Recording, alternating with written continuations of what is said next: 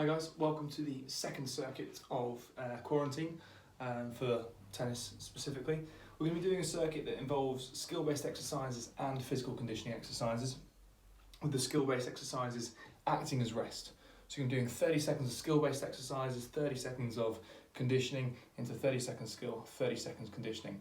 And again, as I said, the skill sessions are acting as the rest period. Depending on what age you are, you'll be set a certain amount of sets to do, with the minimum being 3 and the maximum being 5 for week 1. As the weeks progress, I will personally tailor the exercises for my tennis players at school to make sure that you are getting the most out of this circuit. First exercise, very simple. If you have a racket, if you have a ball, and you have a wall that you are allowed to choose, you will be doing straight up volleys against the wall, okay? Make sure you're gonna have your opposite foot over, you're gonna be meeting the volley just in front of you, racket head above the wrist, okay? Just straight up volleys. If you don't have a ball, even if you don't have a racket, all you're gonna be doing is ghosting. So just acting like you can hit a volley, recovering to split step.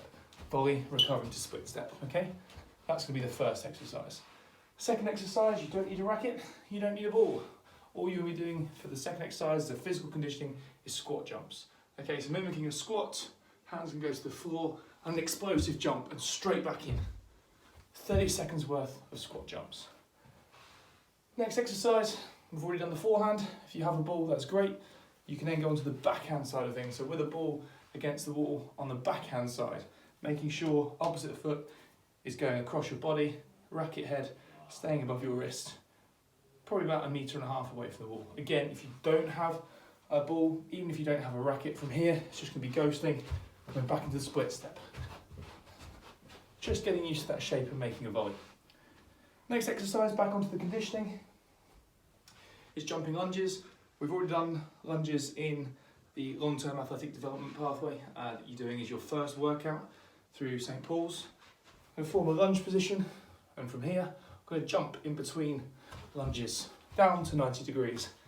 Okay, a lot of power-based work for your quads and a lot of major muscle groups in your lower body.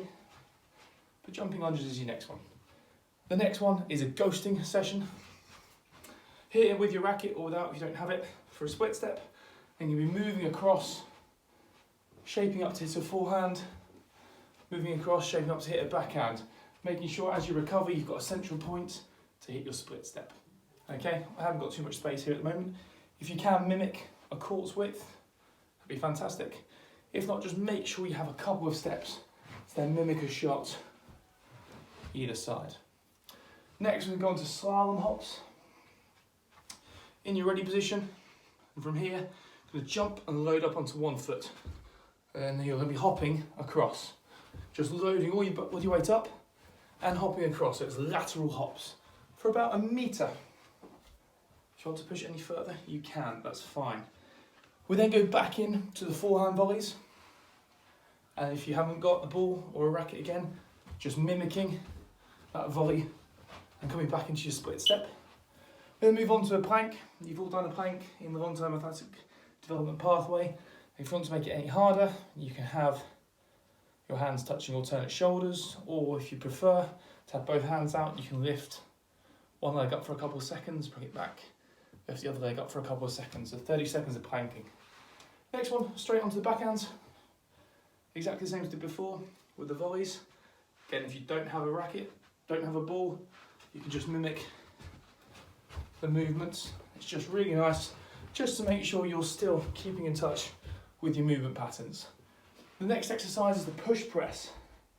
So against the wall, again, make sure it's a wall you can use it. You're not necessarily worried about getting dirty, your fingerprints might show up. Coming in and pushing off. So it's almost like a vertical press up, but we want to really focus on pushing away from the wall, the power element of that.